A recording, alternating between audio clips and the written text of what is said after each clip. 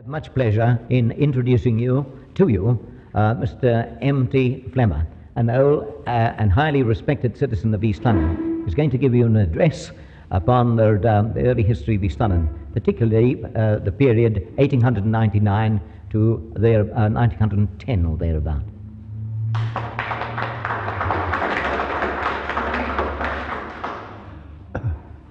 Mr. Chairman, members of the Historical Society, Boarder, I feel very privileged to be asked to address you tonight. As a matter of fact, I should probably be using the first person pronoun quite a lot, and I hope you don't blame me because I've been asked to give my impressions of what happened, but I'll try and avoid that as much as possible, but I know it's almost inevitable. I can only say this, that in 1899 the Boer War commenced, and the Boers rather rushed us on the border. I was then practicing with my father in a little place called Stainsburg as a lawyer. I had qualified then, I was just 21. And the Boers rather rushed us, and the next thing they gave us a nasty blow at Martino. And I thought it was getting rather close to where I was, so I ran away. I ran to Cape Town straight away to join Brabants, because General Brabant was forming his 2nd Division, his 2nd Brigade. And I knew they were there, so I went down and I joined up there. We got a fearfully mixed crowd down below there, all over the world, every type. However, we were put on board a steamer, a Union boat, and brought round to East London. And that is my first view of this city, or the town, was when we lay out at sea here. And all I could see was, looking at the river, nothing but masts of sailing vessels. They'd brought supplies to the war from all over the world in these ships. Durban and East London were the main depots, where the main entrances through which the supplies of the war came, because they were nearest the war. Anyhow, to make a long story short, there was this harbour. We, of course, couldn't come in. The bar was very shallow in those days, and we were landed in baskets, onto tugs and brought in. That took a couple of days to get us settled, and we were camped where the girls' school is now, the Clarendon School. There was a big camp fitted for us there, ready for us, and we went in there for training. Beyond us, between where we were and Cambridge boundary, was a huge horse depot. The horses we were to ride. We were being ordered from infantry to mounted infantry. Needless to say, we had a very busy time. For 10 or 12 days we were drilled day and night, and we didn't feel much like coming downtown over rough roads and dark roads, as all the country was dark at that time, to come and see what was happening in little East London at that time. We stayed at home, so I didn't know much about what happened then. But all I know is that I went to the war with that crowd for 2.5 years, and I returned to East London, still in uniform, but I was taking my discharge in 1901, the end of 1901. The war was just about petering out. I saw a great change then. I could see a change because many more houses had been built, and people had moved down from King, Williamstown, which is the bigger trading station we were in those days, had sent their deputies to East London to open up branches of their businesses here. Dunn & Co., Baker King & Co., and so on, even one from Queenstown, quite a lot of them. And naturally, there was a busy port. There was so much being done. And what's more, there were a lot of people sending their produce here to be supplied from the country, which is helping a lot to build up. So when I arrived here, as I say, I found quite a change in the place. It was moving, but moving not too fast. However, when I arrived, old Sir Richard Walker was the mayor, the charming old man. Prior to that had been a village board, but he was the first mayor of East London, as far as I know. And charming old man, he was afterwards dubbed Sir Richard, but he was never knighted. Anyhow, he gave me a warm welcome when I arrived, as I was a relative of his. And I must say, it was very nice coming here to find the people in a happy mood. Business was brisk, and so on. Well, we started off by taking interest in sport at that time. I'll deal with that later. But business seemed to come along quite nicely at that time. And as went on, we found that the business, instead of being on the west bank, which was the original East London, it was in Panmure, that's this side. We had the terminus, the railway terminus, we had the station, which had been there since '82. We had the town hall, I think was being built at the time, and in fact the business centre came over to this side. So that East London was the, shall I say, the governing side of the town, the village. Now let's see what we do now. I found that a great number of ships were still here in the harbour.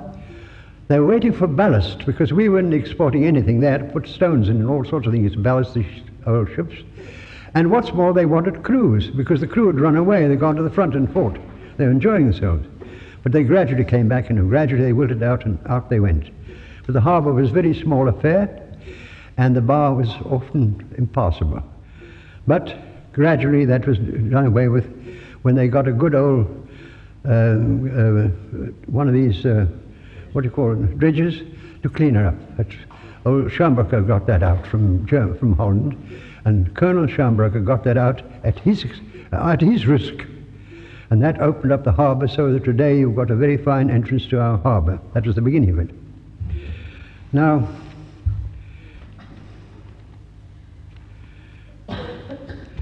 when I came here, the only means of transport from your house to your office or wherever you were was either push bikes, which were made in England in those days. You never got them from Japan or anybody else. They were English bikes. And the VIPs, like the doctors and the merchants, but not the poor lawyers. We had to ride on bikes. Now, the market square on Fridays and Saturdays was where it is now, plus, of course, where the Colosseum is.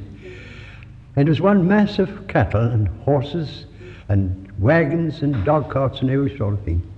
And the German market was known as the German market even then, because most of our stuff was grown by these settlers around here, was very well provided. And you could go up and buy things very, very cheaply. So cost of living was cheap, but salaries were also cheap. Which the ordinary bank clerk in those days, if he got £10 a month, he was quite a rich fellow. But things did improve. But as I say, we had a very easy market for cost of living. And it was pleasant to go around and see about it. Deal's Hotel was in existence. Old Mr. Deal was here. And a man named Cohen ran a tea room down on the beach where the aquarium is now. There were no Afrikaners in East London, except the prisoners of war on the West Bank. They were all, of course, farmers in those days. They weren't townies. And the result is that it was purely an English-speaking town for fully 20 years afterwards. It was only 20 years afterwards when the farmers from upcountry gradually sent their children into factories in various big towns, and today we're feeling the effect today, and a very good one too, of having young people from the farms to come and settle and do our factories for us and that sort of work. But at that time there were none of them here. You never heard a word of Afrikaans in the streets. And as for the natives, they weren't allowed to walk on the pavements those days. However, what we did have here were a large number of British refugees from the Free State and the Transvaal. They'd come down here, and they were camped on the ground running from Curry Street down to where King's Court Hotel is now. All that was open, and then that's where they settled them. And there were a great crowd of them. They were financed by the British government and the South African government. At least they were subsidized. Some of them paid their own way. But they lived in a miserable state. Old army tents, miserable little wooden iron shacks like the natives are being destroyed in Duncan Village today and being condemned. That's what our people lived in. Whereas the women, they had a women's settlement here of the Boer settlement. was very well equipped. I happened to see it many times. They had army, real Indian bungalows. They had their own doctor. They had teachers. They were supplied with army rations, full ration, and clothes.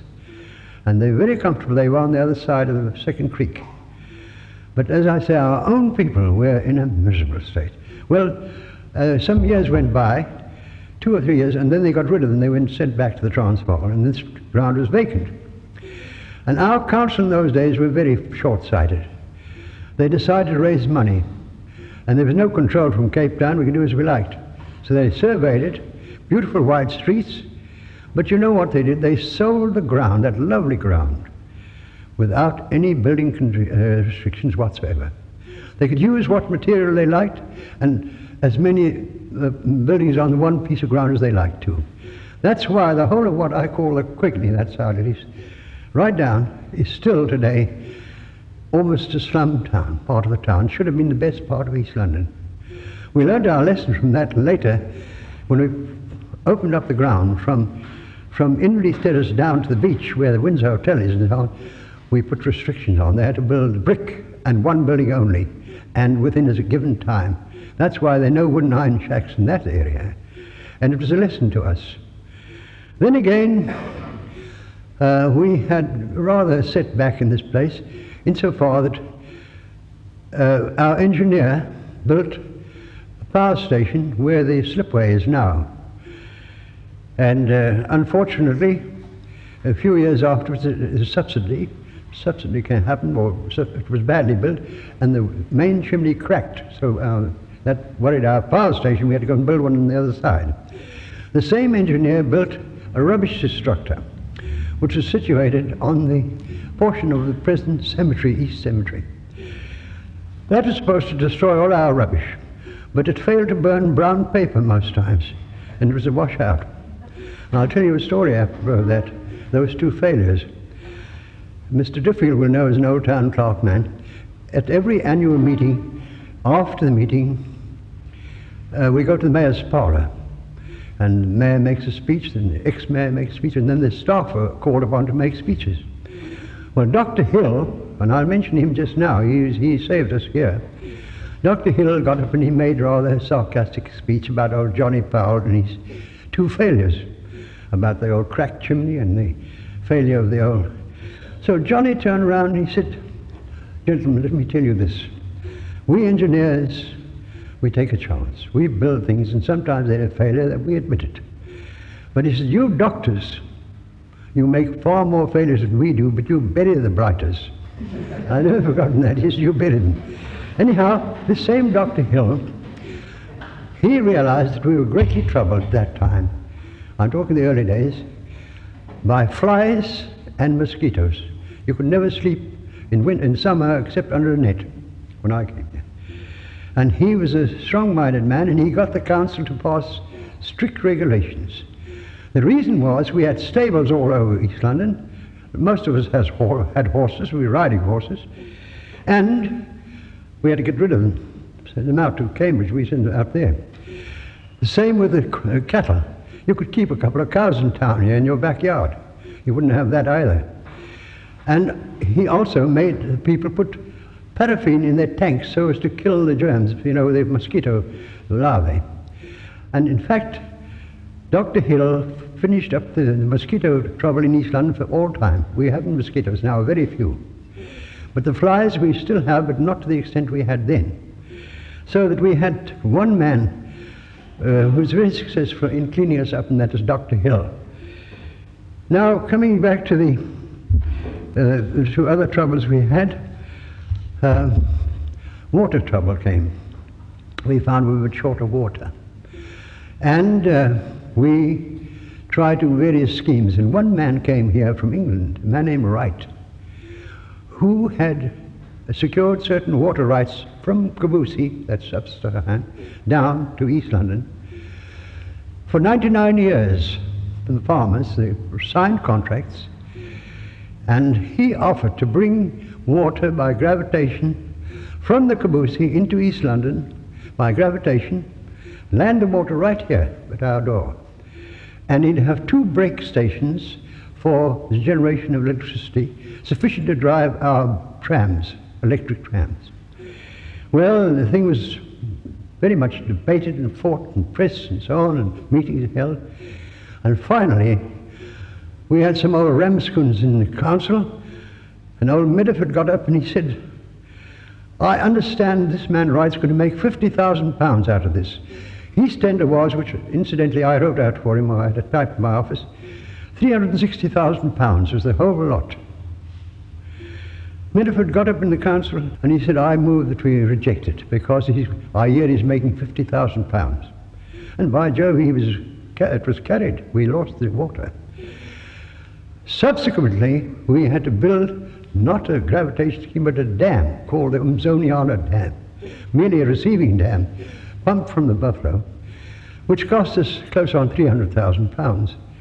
So had we, years before, adopted Wright's scheme, we would have had that wonderful water for all time, for 99 years. Even if we had to supplement it afterwards, we would have had lovely water. And you know, those are some mistakes that were made in those days. We were a little bit behind things. But then, on the other hand, we were living very happily. Insofar as I said, we were living economically, and East London was a great place for sport and social life. We had no motor cars, but we had rugby, tennis, golf even came in later on. Croquet was a game, and we used to have every year, well, we had a lot of rowing on the Buffalo River, regattas, which were very popular. They were as popular as the Grand Prix today. So that from that point of view, and we also had riding teams. We used to get together on Sundays and other days, not Sundays so much, we went to church a lot. We'd go riding mixed parties out right away. The country was all open, there were no fences.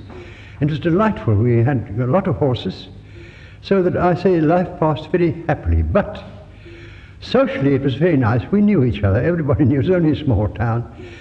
And we knew each other, and we used to have musical evenings at our different homes. Most of us had pianos, or if we didn't, we'd go to a house where they had, and we'd have musical evenings. So we had no bioscopes or any other pictures. And we used to have our musical evenings. We got to know everybody. Then we had a choral society under Mr. Chapman, who was a wonderful man. And every year we used to import 4 singers from England to supplement or implement our whatever choral show we put up at the time, maybe one of the big ones. And they would join us, Cape Town and Johannesburg would join us, and we'd get them here. So the Choral Society, we had about 200 members. Also kept us, shall I say, as friends and so on. So one way or another, we had a wonderfully happy time. Now I'll tell you a rather sad thing that happened, a very sad and tragic thing that I've ever seen in my life. And that was earlier, that was 1902. On the 10th of June, 1902, we had a tidal wave here. Now, of course, there were no announcements in those days of, you know, as we get every time, weather report and gale warning and so on and so on. Nothing. It came right out of the blue. It was a bright day, and about 1 o'clock, the word went round East London. The ships are adrift, 3 ships are adrift, and a steamer is adrift, coming into harbour bay, being brought in by this strong sea running. We all poured down to where the beach hotel was then, of course, we were down there. And sure enough, there were 3 ships coming along. The Aurora, the Elise Linck, and the, what's the other one? The Atbara. They were drifting. They couldn't hold their anchors. And waves, and oh, tremendous height, rolling in. And beyond was a Union Castle boat. I don't know the name, but she was also adrift. And while we were watching, we'd see these people running about the decks, coming towards us, poor devils. When Ronnie McLean, who was the Rocket Brigade, he was chairman. He was the man who did a lot of life-saving, a wonderful record. He came with his brigade, but oh, they were old-fashioned equipment, and by that time the wind had risen and the sea was rolling towards us. His first shot was 100 yards short. Then the rope was wet, and the next rocket didn't get as far, so he turned. I was standing next to him. He said, "I'm afraid, Mr. Flemmer, we can't help them, and no lifeboat can go out there to try and save them." And there you'd see these boats coming in. The first one came up towards the beach hotel, direct. And when it was about 150 yards away from where we were, it struck the first rock. Down went the mast, crack like that, and she keeled over. And she hung round for about an hour and then split in two, and all the crew were drowned. The other boat drifted towards what we now call the Orient, about halfway between the Orient and Beach Hotel. She had the same experience, and all the crew were drowned.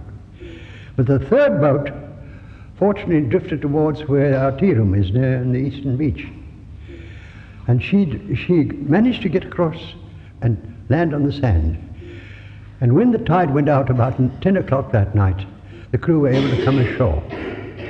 But I can assure you, gentlemen, it was a dreadful thing to see people dying right in front of you. Again, the Union Castle boat had a very narrow escape because they'd been waiting to come into the harbour for 2 days and their steam was down. But when they realized what was happening, they got busy. They had a crew and they had passengers on board, and they got stuck in. And they just managed to get up enough steam to turn her and head out, inch by inch, out to sea. It was still daylight, and a tremendous cheer went up when we realized that she was saved. Anyhow, gentlemen, I hope never again in my life to experience such a dreadful scene as that. Now, to come back to East London itself, in the long course of my career here, I've seen tremendous changes, and I can only say this, that while Port Elizabeth has rather outstripped us in some respects, we are on very solid ground. We have our harbour now is enlarged 4 times to what it was. We are getting a steady trade up country, and we have the finest coast here for the visitors in South Africa, because we have no less than 10 rivers running from Kubusie down to right down to Petty. Beautiful rivers, and we can build up tremendous, shall I say, tourist business here. I don't have any hesitation in saying that with the new buildings going up in Oxford Street and elsewhere, shows that the people have confidence in East London. And I know that we have to thank the pioneers who stuck to this little town and battled on, and among others the old German settlers here. Those Germans were brought out here. They'd been in the Crimea, and England sent them out to this country. And I spoke to one old woman who was an original settler. I said, now, what did they give you when you arrived here? Well, she said, I was thinking of what we do for these people nowadays. This was many years ago. She's dead now, the old lady, Mrs. Sherwood's. Well, she said, they gave us 10 acres out at Vincent here, and they gave us a Scotch cart and 6 oxen, 2 cows, 2 bags of potatoes, 2 bags of mealies, a plough and a few spades, and said, get on with the job. They had to build their own little huts, wood round and grass, but they started on 10 acres. And originally, don't forget, they had to sell their stuff to people on the West Bank. There's nobody here in Panmure, they settled there. And to get across, they had to go in an old pontoon pulled by hand, which I saw in action when I came here first. Anyhow, those old Germans stuck it out, and when the war was on, of course, they prospered. And many of them, as you know, have gone up country to Berlin and other places named German names, and they've done very well. They proved to be very good settlers. And a great many of those men fought for us in the 2 wars.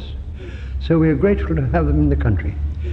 I can only say in conclusion, folks, that I've been here many years, and it's been a happy time. Hard times we've had, very hard times, but mostly happy times as well. And I trust that you will enjoy the happiness of this town for many years, as I have done.